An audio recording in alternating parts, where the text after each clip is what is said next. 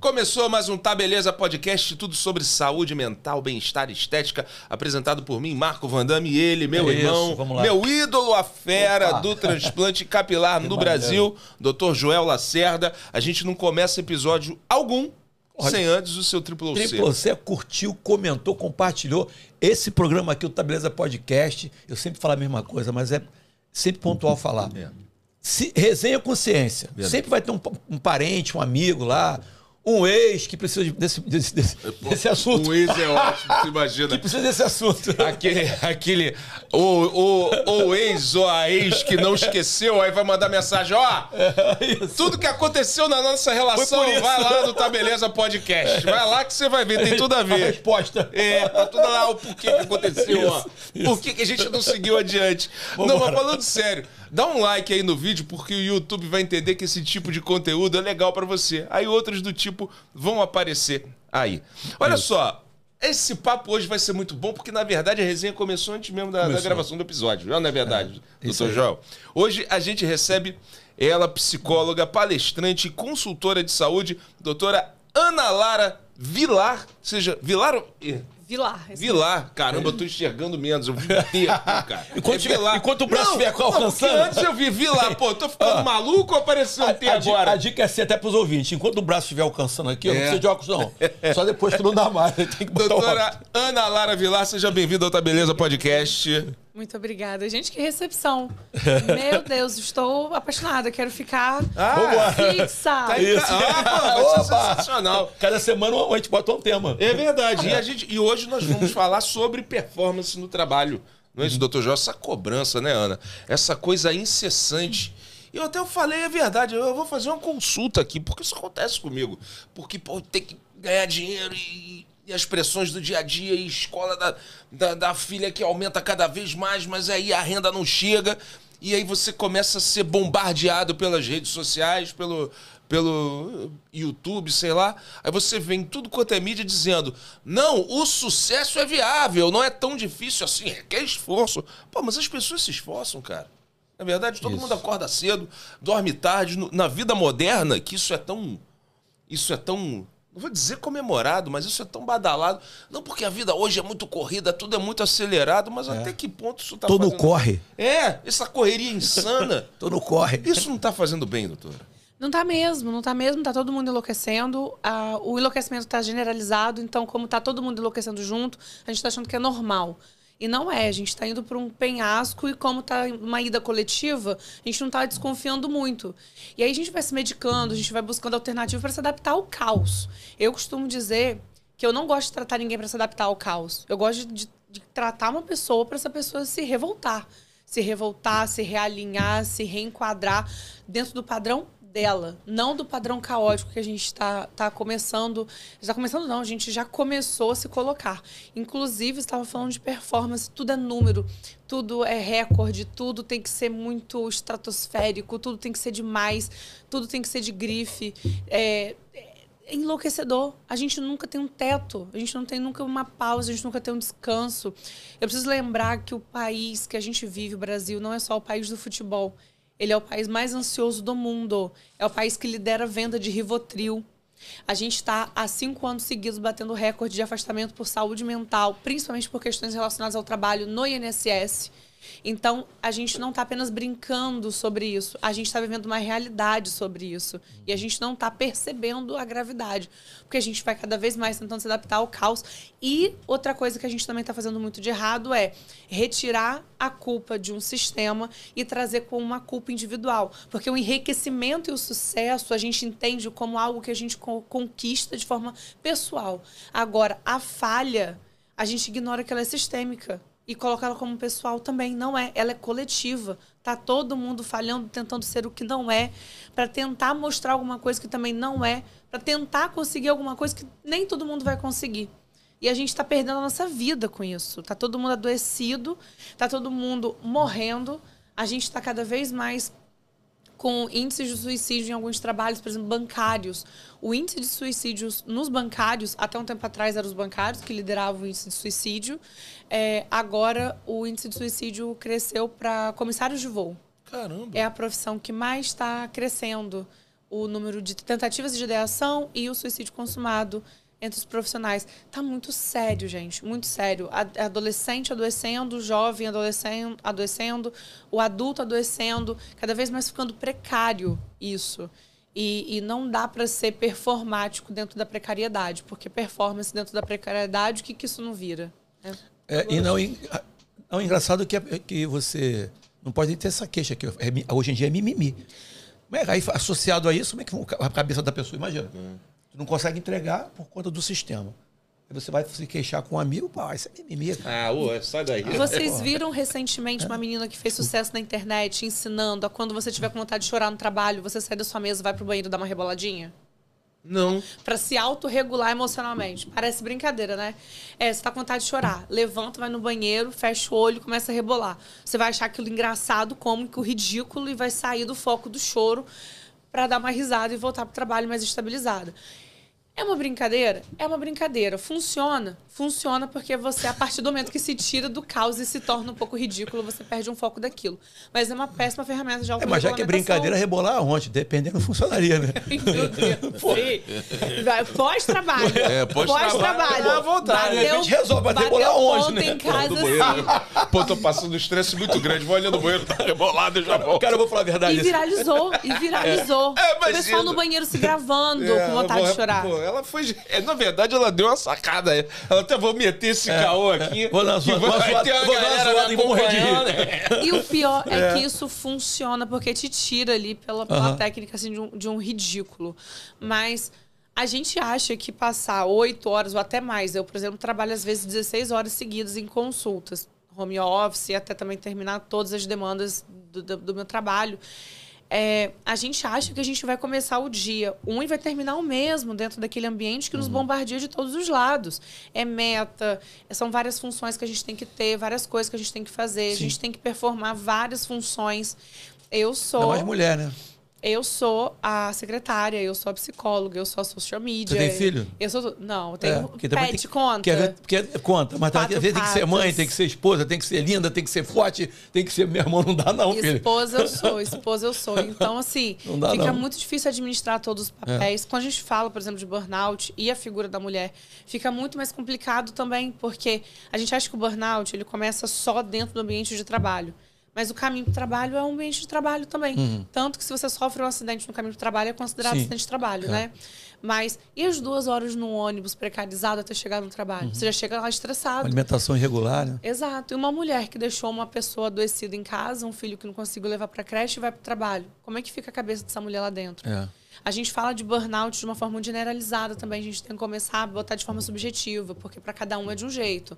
Por exemplo, uma pessoa negra, se ela precisa performar muito mais do que uma pessoa branca para mostrar sua qualidade de trabalho, para aí sim tentar ali um destaque dentro da empresa, essa pessoa negra tem muito mais chances de burnoutar antes de uma pessoa branca. Uma mulher que ganha menos, a mesma coisa. Uma pessoa que vai de trabalho...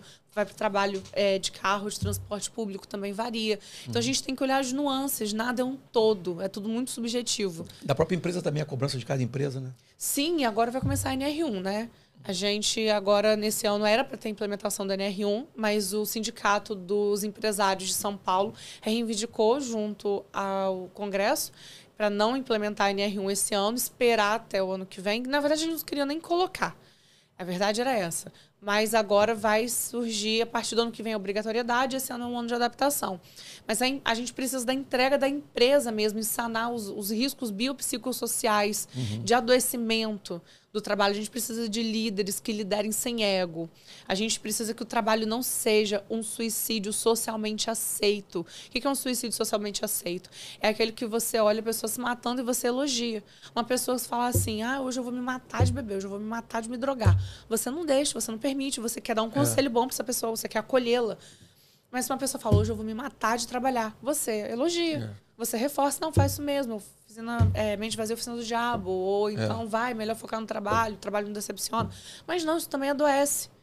E a gente estava aqui hoje, antes de começar, né, brincando aqui, falando um pouco sobre isso do performar, que a gente não para. Eu brinquei falando que eu gosto de vir para cá, para o Rio, brincar de Helena, né, que eu moro na região serrana. A própria Helena. Quando o Maneco queria descrever uma mulher, que era o clichê da Helena, que dava atenção a todos, conseguia performar trabalho, maternidade, amizade. A casa dela era aberta, todo mundo entrava, ela aconselhava os amigos da melhor forma, uma mulher sábia, posturada, que tinha tempo de se exercitar, desenvolvia uma vida maravilhosa no Leblon. Essa mulher não tinha tempo de tomar um café. A coitada da mulher que trabalhava na casa dela toda hora, fazia um café, desperdiçava café caro, desperdiçando cafezinho, tô lendo. Já os pacientes são desmarcados. A que custo essa mulher, coitada, tava ali performando.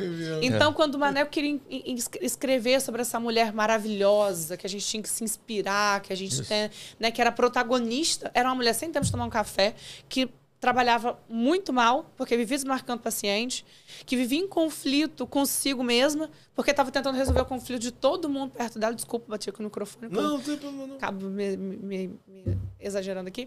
Mas a gente vem desses exemplos de muito, né? Que a gente tem que ser muito. O discurso de hoje em dia que tem que ser muito. Você tem que ter a bolsa cara, você tem que ter isso, tem que ter aquilo. Gente, aceite a ser mediano. Aceite ser mais ou menos, para você poder focar no que você realmente quer ter potencial. Você falou duas coisas aqui que me impactou, cara. Achei muito legal. A primeira é que a gente está indo para um suicídio coletivo e a gente não percebe por isso, por conta de ser coletivo, né? Tô indo pro buraco. E o legal também que você falou é que a glória é individual, mas a falha que é coletiva a gente acha que é nossa também. Isso realmente, cara, você falou isso aí que me fez refletir, porque eu nunca tive esse olhar, né? Isso é muito interessante. Acho que as pessoas tinham que ter esse conhecimento para pensar assim, cara, o fulano ali performou melhor que eu, mas a gente não teve a mesma ferramenta. Não teve o mesmo suporte. E tá tudo bem. Esse papo de tá tudo bem é legal em qualquer esfera da nossa vida, né? A gente se cobra. A gente tem que trabalhar mais a aceitação, não apenas da gente aceitar uma certa significância, nos dar o devido valor, mas também nos dar a devida desimportância em determinados locais, porque nem tudo é sobre a gente. A gente precisa ter muito equilíbrio sobre tudo isso. Mas a gente tem que entender que nessa corrida da vida, cada um parte de um lugar. Cada um vai começar de um lugar diferente, cada um vai ter uma rede de apoio, vai ter um suporte. Às vezes a gente começa a nossa vida adulta precisando colocar muita coisa no lugar. Tem gente que aos 18 ganhou um carro, tem gente que aos 30 está tirando a carteira de habilitação porque foi quando pôde pagar. Então a gente começa a vida colocando o que é preciso no lugar, só que tem gente que já começa cheio de buraquinho, precisa colocar essas coisas no lugar. E isso atrapalha a caminhada, isso bota peso nas pernas, ninguém parte do mesmo lugar. Mesmo às vezes nascendo até mesmo dentro da própria casa, porque cada um tem uma personalidade diferente. Mas a gente tem uma ideia muito errada dessa corrida da vida e a gente se coloca numa posição muito ingrata com a gente. E aí sim, a gente tem todo um sistema, a gente tem todo um meio que não coopera para auxiliar a gente, para ser acolhedor, compreensivo. Mas se a gente também não se ajudar, não se acolher, não se compreender nessas nuances, o que vai ser da gente? Se nós formos os nossos próprios sabotadores, não vai ter como. Você acha que a sociedade, ou até a questão individual, dentro de família ou patrão, você acha que um pouco de ignorância, essa falta de colocar... Aliás, é ignorância ou é falta de empatia? Que a pessoa pressiona e vai ser mimimice, não sei o quê, ou ele realmente sabe que dentro daquela cabecinha precisa organizar uns parafusinhos, apertar? Nada é unifatorial, né? Tudo é um conjunto. Então, assim, tem um pouco de ignorância, tem um pouco de incompreensão, porque às vezes a pessoa nem percebe nela mesma a necessidade da validação, aquilo de legitimar uma dor. Então, se eu não legitimo isso em mim, por que eu vou legitimar no outro? Isso é desconhecido, eu não tenho nem material, eu não tenho repertório para identificar isso no outro. Então, eu anulo o que eu estou vendo no outro. Às vezes o outro é uma rachadura no espelho que a gente se olha. E eu ignoro olhar essa rachadura. Tem um pouco disso. Tem também o fato de que a engrenagem não pode parar de moer. Então, um funcionário parado é dinheiro parado, um funcionário que não rende é uma meta não batida, um funcionário que não entrega é uma equipe que fica com déficit negativo ali no número geral do final de semestre, alguma outra coisa assim. Então, a gente também precisa lembrar que nós, como sociedade, falando de Brasil, a escravidão foi abolida há pouco tempo. Então, a gente tem pouco tempo de uma sociedade onde a gente entende a mão de obra com valor e não como algo que a gente extorque. Vão falar que você é comunista, hein? Olha isso. Não, mas a gente vem assim, muito de uma cultura onde a gente sempre pode dar um jeitinho, onde a gente quer o trabalho do outro o mais barato possível. O nosso vale muito, do outro não vale nada. Sim. Então, a dor do outro não quer me dizer nada. Trabalha aí. Mas a minha dor significa, o meu trabalho vale, o seu não vale. A gente precisa ver valor no trabalho do outro de forma monetária, mas a gente também precisa ver valor no outro, porque é um ser humano que está ali. Trabalho não pode ser uma algema de cetim. Trabalho precisa ser um lugar que a gente vai, a gente desempenha uma função. Não precisa ser o sonho da sua vida. Você pode fazer uma coisa que não tem nada a ver com você. Mas ele não pode adoecer. A partir do momento que o trabalho se torna fator de adoecimento, isso já não é trabalho. Isso é o suicídio socialmente aceito. Isso é sair de casa para você pegar seu salário e trocar todo, sei lá, por físio, para você poder se destravar no final da semana, remédio psiquiátrico, consulta com psiquiatra. O trabalho acaba virando isso. E, consequentemente, a restrição de sono, se alimenta mal, aí acaba relacionamento, aí o filho vai para um lugar que você não queria, que você não deu atenção. E porque não tem como muita coisa separar envolvida. vida pessoal e vida profissional. Elas duas estão interligadas. Até porque nós somos um ser humano que desempenha papéis. Então, você é esposa, você é marido, você é filha, você é filho, você é irmão, irmã, você é várias coisas, inclusive profissional. Então, quando você está ali no seu trabalho, não tem como. Óbvio que a gente blinda, a gente barra um pouco do nosso pessoal, a gente tem que ter esse filtro, segurar o nosso ego pessoal e deixar o profissional mais afiado ali, mas não tem como se isentar totalmente. É um ser humano dirigindo aquela função. Então, inevitavelmente, estaremos expostos à nossa humanidade ali. E a coisa pior que a gente pode querer é desumanizar o ser humano. O ser humano é definido por um verbo. Nós somos humanos, é ser humano. E a gente não está exercendo esse verbo. A gente está querendo extinguir a nossa humanidade e a gente está querendo funcionar igual um IA, igual um chat GPT. Que a gente tem que ter tudo, saber tudo, estar pronto para tudo, a toda hora. E a gente não é robô, por mais que a gente queira performar como um. Agora, Ana, você falou uma coisa que chamou muita atenção, que é cada um tem o seu ponto de partida, né? E aí a gente vê nas redes sociais como se a pessoa que não conseguiu sucesso, muitos influencers, coaches, enfim, se a pessoa não conseguiu sucesso, ela tem que conseguir o sucesso porque é perfeitamente viável. A gente sabe que nem sempre é assim. E tem várias condições que vão impedir isso. E o que é sucesso também? Exatamente, é relativo. Agora, mas só que isso eu acho que é um reflexo também no nosso meio de trabalho, porque antes dessa explosão de especialistas, os pitaqueiros de internet, antes dessa explosão, eu lembro que eu vivi muita coisa no meu trabalho que, por exemplo, a pessoa saiu, foi demitida, ninguém entendeu por quê, mas também fulano, porque deixava de fazer isso, eram coisas que não é bem assim. E como se todo mundo tivesse que produzir a mesma coisa ou fosse capaz, e a gente não sabe o que aconteceu. Na verdade, a gente não sabe. E sempre foi muito claro isso pra mim. É claro que tinha gente que dava mole, que era visível, mas outros não. Tipo assim, mas por que saiu? Ah, não, porque não ia. Certamente porque deixou de fazer isso, aquilo, outro. Era sempre a falha da pessoa. Nunca uma falha do olhar daquele lugar onde ela estava trabalhando. Isso, na verdade, para ser sincero, é meio que um senso comum já há muito tempo. E acho que influenciou nesse ponto que a gente chegou agora, né? Sim. Primeiro que o sucesso é subjetivo para cada um e de um jeito, né? A gente estava falando aqui quando eu cheguei que eu gosto muito de vir ao Rio, mas eu prefiro morar na região serrana por ter qualidade de vida. Isso para mim é sucesso, sabe? Às vezes o sucesso para uma pessoa é fazer o básico para ganhar para aquele dia e tá bom para ela.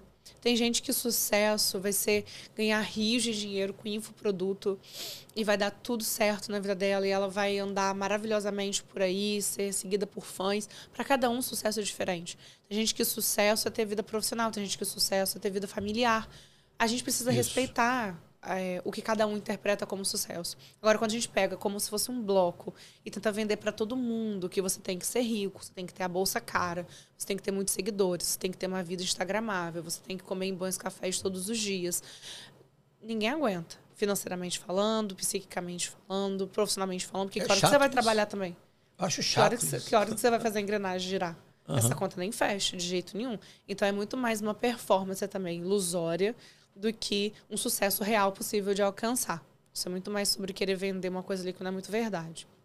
Agora, quando a gente fala de uma empresa que não tem um olhar também para si, de por que o cara aqui não está entregando, por que essa pessoa não está performando, são as metas que estão muito altas, está tendo um desalinhamento na equipe, a conversa está atravessada, nós não estamos sabendo lidar com essas pessoas? Ele está passando por um problema pessoal? Será que essa pessoa tem aptidão para fazer isso que ela está fazendo? Porque às vezes essa pessoa tem uma habilidade para alguma outra coisa. Ela não é boa para vender isso, mas ela é boa para, sei lá, receber cliente, para fazer a primeira entrada ali de empresa. Às vezes essa pessoa é boa numa palestra, mas não é boa no individual. Às vezes essa pessoa e vice-versa. Então a gente também tem que saber acolher os talentos das pessoas. Ninguém vai ser bom em tudo. A gente adoece, nós temos nossos problemas, nem sempre vai performar. Eu não sei se vocês sabem, mas, por exemplo, bancos. Sempre, todo semestre, aumenta as metas dos bancários, né? E, curiosamente, mesmo tendo lucro recorde, todo semestre é aumentado o teto do lucro recorde. Então, até quando isso vai ser possível? E aí esses funcionários ficam expostos a quê? Medidas de trabalho que são números bilionários, trilionários às vezes, com uma condição de trabalho sucateada, onde você é cobrado vender. Eu gosto de pegar o exemplo do bancário, porque quando a gente é criança, ninguém pensa assim, meu filho, o que você quer ser quando crescer? Ai, mamãe, eu quero ser funcionário do Banco do Brasil, concursado. Ai, mamãe, eu quero trabalhar no INSS, quero ser auditor da Receita Federal. Meu sonho de criança. Não, criança quer ser pipoqueira, criança quer vender algodão doce, criança... Sabe, eu uma vez... Eu queria ser motorista de ônibus. Meu irmão falava que ele achava o máximo ser gari, para andar pendurado atrás do carro. Meu pai ficou doido. O pai pensou assim, meu Deus, esse menino vai crescer, vai virar o quê? Né? Eu lembro que uma vez quando eu era criança, eu achei que eu poderia nadar, pegar a reta do mar, nadar até a África. Deu um trabalho para me pegarem lá no meio do mar. A criança vai pensar da forma mais lúdica para o que faz sentido para ela. Quando a gente chega na vida adulta, a gente tenta equilibrar esse lado lúdico com a gente, dar lugar ao luto, porque a gente precisa velar os nossos mortos e fazer o que é necessário na nossa vida. Às vezes a gente tem o privilégio de fazer o que a gente gosta. Eu faço o que eu gosto e eu sou privilegiada por isso, mas nem todo mundo é. Então a gente tem que se adequar. O que é possível fazer para equilibrar o que eu gosto ou o que eu não gosto, ao que eu preciso fazer e ao que faz sentido para mim. Mesmo que seja pagar minhas contas. Não faça um sentido existencial, mas faça um sentido financeiro e saudável para mim. E a empresa, junto nessa visão humanizada e complexa do ser humano, é uma empresa muito melhor para trabalhar. Eu não sei se vocês sabem, mas no Twitter, que hoje é o X, vira e mexe, soltam uma planilha que fica oculta por muito tempo, só sendo alimentada, de feedback de antigos funcionários de empresas que falam super mal de empresas para os funcionários que estão... Funcionários não, os candidatos que estão se candidatando, né, às novas vagas, tomarem cuidado para não se candidatarem. Assim como já foi um dia muito feio, por exemplo, você ter rotatividade na sua carteira de trabalho, hoje você ser uma empresa com rotatividade de trabalho também pega mal. Pela primeira vez, a gente tem uma classe jovem, que são a geração Z, mais desempregada da história, porque eles não estão aceitando mais esse tipo de trabalho. E aí, quando a gente fala de geração Z, a gente tem que ter um pouco de cuidado, porque sim, é uma geração muito cuidadinha, com plástico bolha até um pouco demais, mas que ao mesmo tempo é uma geração que tem uma segurança muito grande para poder escolher. E quando a gente pode escolher, quando a gente tem poder de escolha, todo mundo figura. É óbvio que se eu posso escolher entre o bom e o ruim, eu vou escolher o bom. Eu não vou escolher o ruim nunca. Eu não estou no programa lá do domingo da tarde na televisão, eu oferecer que você quer um PlayStation, um tijolo. Eu quero um tijolo! Não vai fazer isso. Então a gente vai escolher o bom. E às vezes o bom é o quê? Ter o resguardo da casa de um pai, de uma mãe, passar apertado ali com dinheiro, mas não ficar exposto a um ambiente que tem fama de insalubre, vai me adoecer, vai me expor a coisas ridículas, vai me expor à humilhação, vai me expor a um ambiente que é ruim, tóxico. Ambiente tóxico de trabalho adoece tanto quanto uma gerência. Ambiente de fofoca, ambiente de assédio. Então a gente tem que ter muito cuidado com isso. E a geração Z vem, pegando esse gancho agora das gerações, para mostrar pra gente que a gente também tem direito à escolha. Coisa que a minha geração tem um pouco, que nós somos os millennials, né? Eu tenho 33. A gente tem um pouco de conhecimento disso, que a gente pode dizer não, que a gente não precisa aceitar tudo. Algo que as gerações anteriores a mim, como os boomers e a geração Y, já não tinha. E é a primeira vez que a gente tem 4 gerações trabalhando juntas no mercado de trabalho. Uma que acha que você tem que ir formal, todo dia bater ponto, tem que segurar a onda, tudo é mimimi. Outra que já pega um pouco mais leve. Outra que quer uma coisa meio híbrida. E outra que já não tá querendo nada. Se não for do meu jeito, então não quero de jeito nenhum. E nem tá errado também, né? Tá Aquele jeito que tava... Todo mundo adoecendo. Só Jesus na calça. Pois é. E também era muito fácil você se entregar a um trabalho quando antigamente você tinha um teto de INSS mais baixo, você se aposentava mais cedo. Eu conheço muitas pessoas... próximas e não próximas, que tem mais tempo de aposentado que de trabalhado. Então, hoje a gente também vive uma realidade de mais tempo de trabalho do que de aposentado. E não apenas falando da aposentadoria, mas também a gente bate ponto e não bate ponto. A gente sai do trabalho e continua trabalhando. É e-mail, é WhatsApp. Eu lembro de fazer faculdade com uma colega de trabalho que vira e mexe. O professor pegava ela achando que ela estava colando, porque ela estava mexendo no celular durante a prova. E não era. Era ela desesperada respondendo e-mail de trabalho durante a prova, porque a empresa não aceitava que ela não respondesse e-mails fora do expediente de trabalho dela.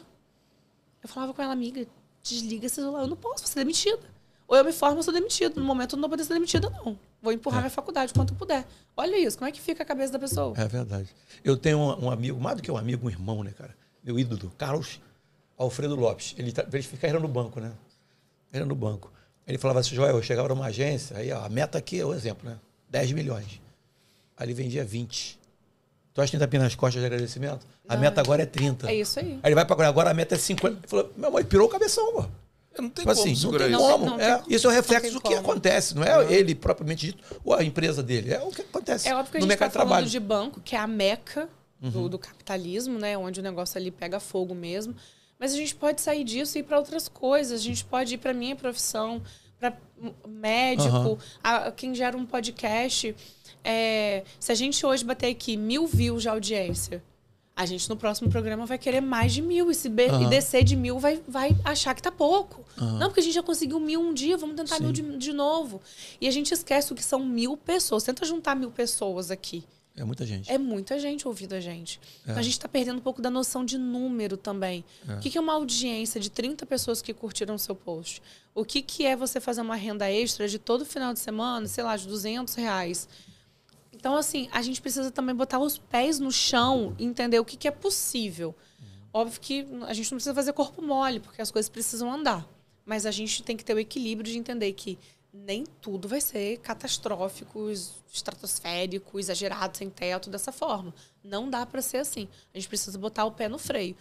Porque esse carro vai bater na parede. Se já não bateu, a gente está fingindo que a gente está andando ainda, tá? Porque... Não, cara, eu até entendo você performar assim, dormir menos e trabalhar mais por um período, por uma meta, um projeto. Vou comprar minha casa. É um recorte, Eu vou formar meu filho, isso. Mas a vida inteira. Se isso vira um lifestyle... A vida inteira. Isso não é um... eu tenho... Na minha clínica, eu opero qualquer classe social, cultural, tudo, né? Aí, de vez eu opero um alto executivo de uma empresa que trabalha muito com franquia. Cara, tu tem que franquear a tua empresa, tem que abrir no Brasil todo. Eu falei, cara, eu não quero mais a tua marca. Falei, amigo, eu não quero comprar helicóptero, não quero morar em Dubai, eu quero brincar com meu gatinho, tocar meu violão. E tá bem assim, entendeu? Tá legal. Eles ficam num desespero que eu preciso abrir minha bolsa de valor. Eu falei, não quero nada disso, cara. E as pessoas deixam se levar por isso, né? Sim. Como você falou, uma coisa é você formar um filho, como eu falei. Outra coisa é você ficar atrás de um carro melhor, de uma casa melhor, de uma vida melhor, a vida inteira. Sim. Cara, que loucura. E a gente tem que aprender a se satisfazer também. A gente tem que ter um teto de satisfação. Parece que a gente não tem. A gente está sempre querendo mais, querendo mais. Que falta é essa que a gente está querendo suprir? Que buraco existencial, filosófico, dentro da gente, que a gente não consegue tapar? É porque a gente olha para o outro e o outro tem, ou a gente acha que o outro tem, a gente também tem que ter? É porque a gente criou essa realidade para dentro da gente? Quando eu falo dessa coisa da comparação, eu gosto muito de lembrar da Divina Comédia. Quando a gente fala do terceiro, né, que é o Inferno de Dante. O inferno, ele é subjetivo ali, ele tem 7 etapas na literatura do livro. E Dante, que é quem coordena esse inferno, quem é invejoso e gosta muito de se comparar com os outros, o castigo no inferno é ter seus olhos costurados para passar a eternidade olhando para si. Não olhar o outro, ficar obrigatoriamente olhando para si. E você não faz esse exercício hoje. Isso é uma filosofia, isso é um livro de filosofia, né? E traz a gente a refletir. Por que nós somos tão insatisfeitos? O que faz da gente insatisfeito? Porque até então a gente não era. O que aconteceu para a gente, de repente, ser? E a questão do fracasso, né?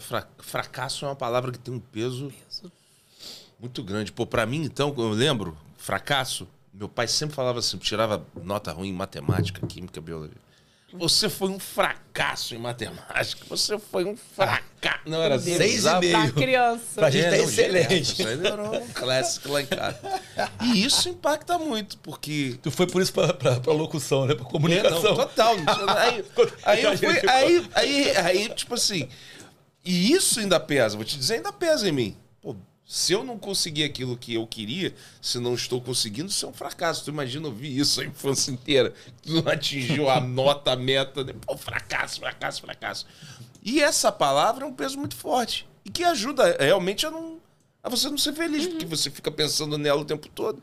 E as pessoas também repetem isso. Porque não conseguiu o sucesso, que é um fracasso, é um fracasso. Como é que é essa questão do fracasso? O que seria o fracasso na realidade? Eu vou falar a coisa que a minha profissão mais fala, que eu já falei aqui hoje também. É subjetivo. Para cada um vai ser uma coisa. Fracassar, às vezes, pode ser você não conseguir tocar seu violão e brincar com seu gato. Você vai se sentir fracassado por isso. Né? Eu, quando não consigo passear com meu cachorro de manhã, eu me sinto fracassado. Eu sinto que eu falhei com ele. Porque é um momento de nós dois ali maravilhoso, onde eu relaxo. E tem gente que joga na conta da performance, do quanto você consegue entregar como algo de fracasso. Fracasso é uma palavra muito pesada. Se a gente que fracassou, é algo que nos acompanha. Quando a gente vem de família, eu preciso citar Freud. Freud fala muito sobre a necessidade de matar pai e matar mãe. Eu costumo fazer uma brincadeira muito pesada, que quando Freud fala isso, não é pra gente fazer igual Suzane Richthofen. É pra gente cortar o cordão umbilical. Pode ir. Não é pra gente levar isso na literalidade. Não tem problema com isso, não. É pra gente cortar o cordão umbilical, porque a gente precisa desse desprendimento afetivo da casa pra gente ter personalidade própria e saber o que é fracasso e sucesso pra gente. Eu, dentro da minha casa, por mais desempenho que eu tenha, eu fui por muito tempo considerada uma fracassada. Porque, por exemplo, meu pai queria que eu fizesse direito. Comecei a faculdade de Direito por ele falou que eu não podia fazer psicologia, porque eu iria morrer de fome. Aí comecei a fazer Direito. No meado do meu primeiro período, meu pai faleceu. Aí juntou a expectativa não mais de um vivo, mas de um falecido. Porque vem todo mundo, seu pai, de onde ele estiver, ele vai ficar orgulhoso de você. Você carrega ele quase um Alexandre de viagem nas suas costas durante a faculdade, né? Falaram assim comigo, quando você se formar, seu pai vai se formar junto com você. Ai, meu Deus do céu, sou responsável pela formatura de uma pessoa falecida. Levei até o 6º período, que foi onde eu achei que eu conseguia. Eu sou de humano, gosto muito de ler, gosto muito de escrever. Achei que eu conseguia, não consegui. Tive uma crise existencial durante uma epifania. Nem cheguei a trancar o 6º período. Eu abandonei a faculdade e decidi fazer psicologia no outro semestre. E eu fui altamente criticada na minha casa, porque vem a questão da família. Eu sempre fui tida como uma extensão da minha família.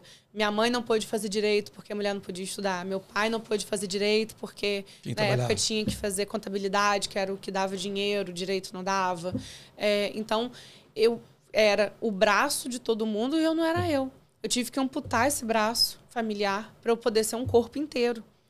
Então, olha como é que o fracasso e o sucesso são objetivos. Eu fracassei para minha família, mas para mim eu virei um sucesso. Porque eu me realizei. Eu comi minha faculdade com farinha. Eu entrava naquela faculdade e eu amava estar ali dentro. Eu fiquei amiga dos professores. Eu pedi dinheiro na faculdade para ir para congresso, porque dura, feito um sei lá o quê, não tinha dinheiro para ir para congresso. Congresso é caro. Nossa, eu fui para 2 congressos, ainda consegui pedir dinheiro na faculdade para outras colegas de pesquisa irem comigo para a gente levar nossos trabalhos. Me formei como a melhor da turma, justamente por causa dessa entrega. Saí da faculdade e recebi um monte de não. Aí me senti um fracasso de novo. Porque a gente sai da faculdade, a gente achando que a gente é alguém, né? Que a gente é especial, porque os professores dão atenção. Aí a gente sai da faculdade, a gente vira um problema social. Você é um desempregado. Você vira estatística. Você vira um problema. E ninguém contrata psicólogo. Ninguém! Aí eu fui pra clínica. Eu não queria clinicar na época inicialmente, mas fui pra clínica entendendo que eu queria fazer uma clínica do meu jeito. E eu fiz uma coisa que a gente às vezes tem que se agarrar às nossas mentirinhas, sabe? É a frase bonita em inglês, fake it until you make it. Sabe, ator, atriz, cantor, quando fala assim, no começo eu recebi muitos nãos. Até que eu comecei a receber meus sims. Cantei pra uma plateia que não tinha ninguém. Isso. Gisele Bündchen, me chamavam de feia no começo da carreira. Hoje eu sou a modelo mais paga do mundo. Eu comecei a dizer pra mim, um dia eu vou estar contando a minha história num lugar de muito prestígio e eu vou dizer que me disseram muitos nãos no começo da minha carreira. Então isso aqui faz parte da minha entrevista de sucesso, da minha história de sucesso. Isso faz parte. Vamos continuar tomando os nãos até que eu consiga os meus sims. E eu consegui os meus sims logo depois. Não foi fácil, chorei muito. Nossa, desagugava em casa, chorando, triste, nesse comparativo, me sentindo um fracasso. E olha onde eu tô hoje. Olha o que eu faço hoje. Eu consigo na minha casa fazer tudo. Eu consulto em mais de 10 países. Eu trabalho com 5 fusos horários diferentes. Minha agenda é uma loucura. Eu saio de casa para falar sobre saúde mental do jeito que eu gosto. Eu quebro a quarta parede. É quase um método de teatro. É o que eu gosto de fazer. Quebrar a quarta parede para falar sobre saúde, para falar sobre qualidade de vida. Provocar as pessoas. E eu, para fazer isso aqui, eu primeiro precisei fracassar. Fracassar para mim, para minha família. Eu sou um caso perdido? Não sou. E muita gente por aí também não é. E porque você toca seu violão e brinca com seu gato, isso não é ser fracassado, porque alguém está correndo atrás de um carro melhor. Meu momento de sucesso. Pois é. Porque alguém está na comunicação e não na medicina. Uhum. Isso é o seu sucesso pessoal. E é o fracasso para outra pessoa. Mas essa outra pessoa que lide com a percepção de fracasso dela, isso é uma questão dela. A gente tem que aprender a pegar cada um sua questão, pegar para si e trabalhar. A gente não pode ficar respingando, jogando no outro. Eu costumo dizer para os meus pacientes que a gente é visto dentro de família como um livro de uma enciclopédia e não como livro à parte. A gente se entende como um livro, mas para os nossos pais, nossos familiares, nós somos um capítulo deles. Então faz parte dessa relação ter essa apropriação com expectativa. Mas a quebra da expectativa faz parte da vida em todos os sentidos e todos os papéis que nós desempenhamos. E para muitos nós seremos fracassados. E que bom que eu sou uma fracassada, que bom que eu fui considerada uma fracassada. Porque isso foi necessário para eu estar onde eu estou, para eu me sentir bem como eu me sinto. E o outro que lide com o olhar dele sobre mim. Não posso fazer nada. É muito legal esse teu depoimento, cara. Bem profundo. E tipo assim, bem pertinente para o caso, né, da atual conjuntura. Porque muitas pessoas também se engessam, ou se paralisam por conta de valores de família, de que a mãe não sei o quê e tal. E tem que saber fazer isso, cara. A vida é malemolente, gente. Verdade, a vida eu achei a Moá em Porto Seguro, tocando sirene de bombeiro, jogando jato d'água no pessoal e o pessoal dançando axé. A vida é isso, você tem que ter malemolência de jogo de cintura, senão você não aguenta a vida. Ana, você acha que a gente, a sociedade, né, nós de uma maneira geral, a gente consegue reverter esse círculo de ansiedade, de cobrança? Se for coletivo, sim. Enquanto tá um cá, outro lá, enquanto a gente tá se medicando para se adaptar ao caos, a gente não vai conseguir. Enquanto for silencioso, enquanto for tido como algo individual realmente, a gente não vai conseguir mudar algo que é sistêmico. Para a gente mudar o que é sistêmico, a gente precisa começar cada um a fazer a sua parte, de forma coletiva e individual, dizendo os nãos necessários, os sims necessários, refletindo sobre si, sobre suas limitações, reconhecendo até onde dá para ir e onde não dá, aonde que dá para esticar a corda um pouquinho mais e onde não. A gente tem que ter esse olhar um pouco mais humanizado e crítico com o que a gente está vivendo, porque não tá legal para ninguém, nem para quem está fazendo muito, nem para quem está fazendo pouco. Tá em total desequilíbrio para todo mundo. Como eu falei, o surto é generalizado. Então, a gente precisa de união para mudar essa realidade.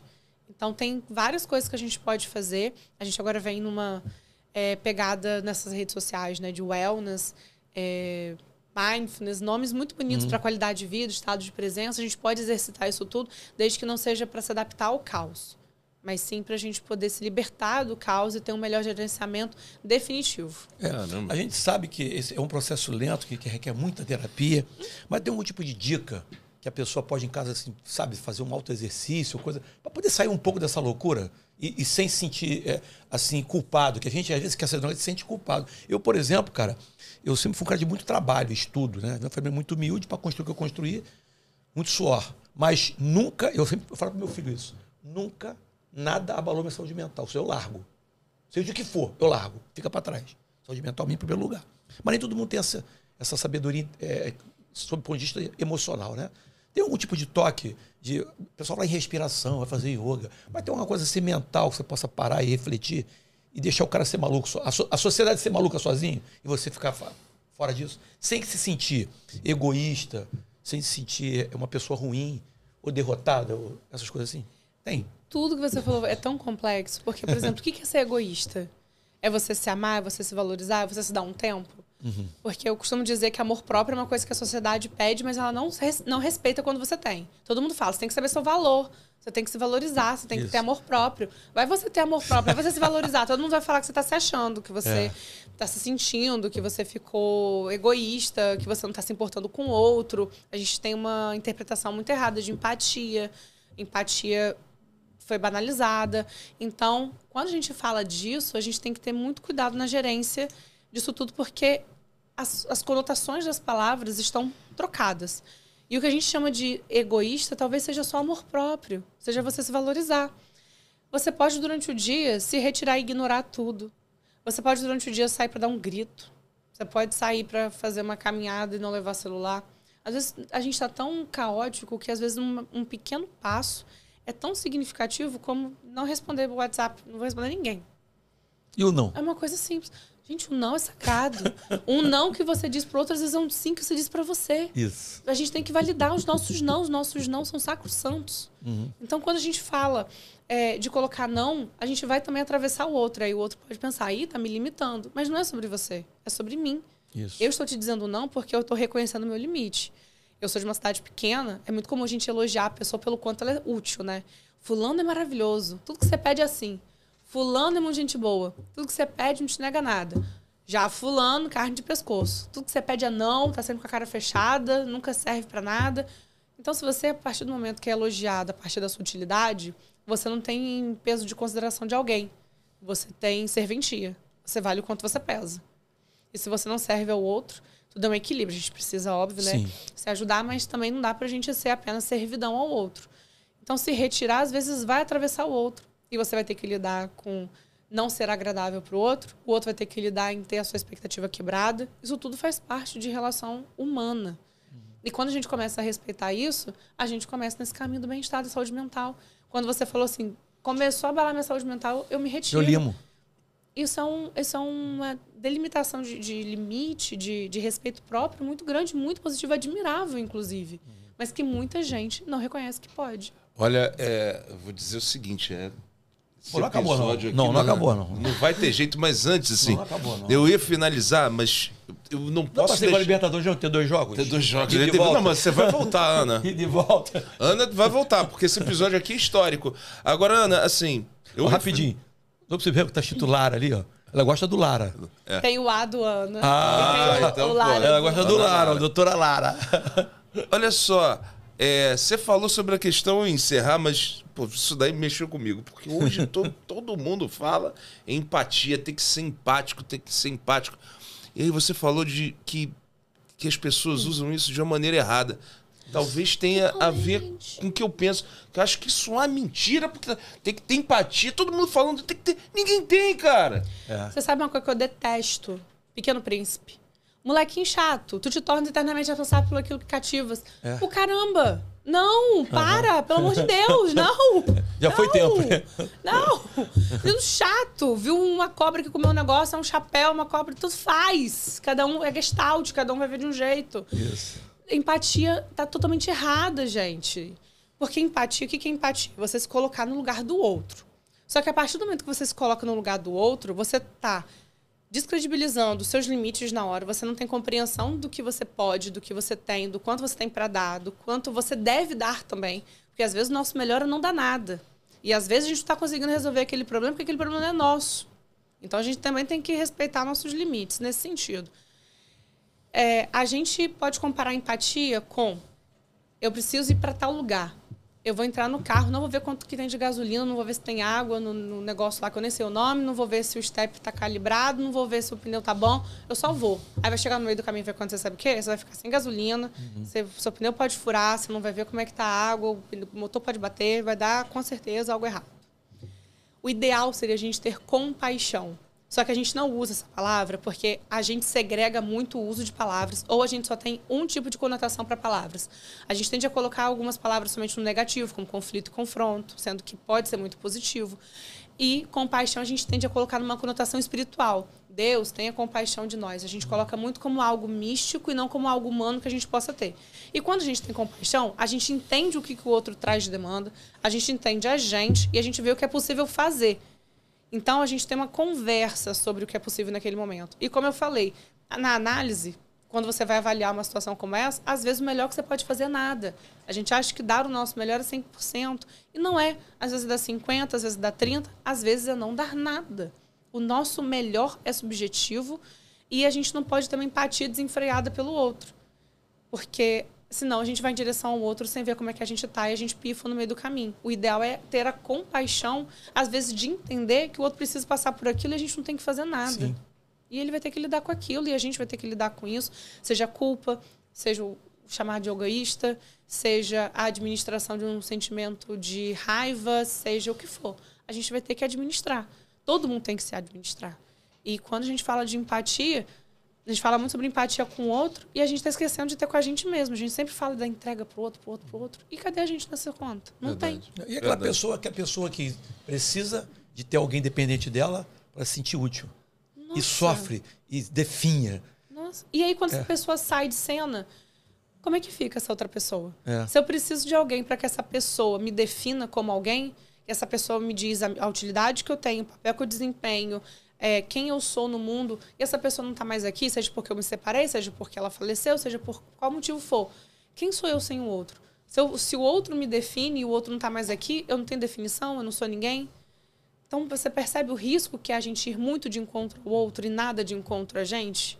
É um risco. Isso vale para trabalho, relacionamento romântico, tudo. Eu sei que acabou o programa, mas eu tenho uma curiosidade aqui. Essas pessoas que a gente...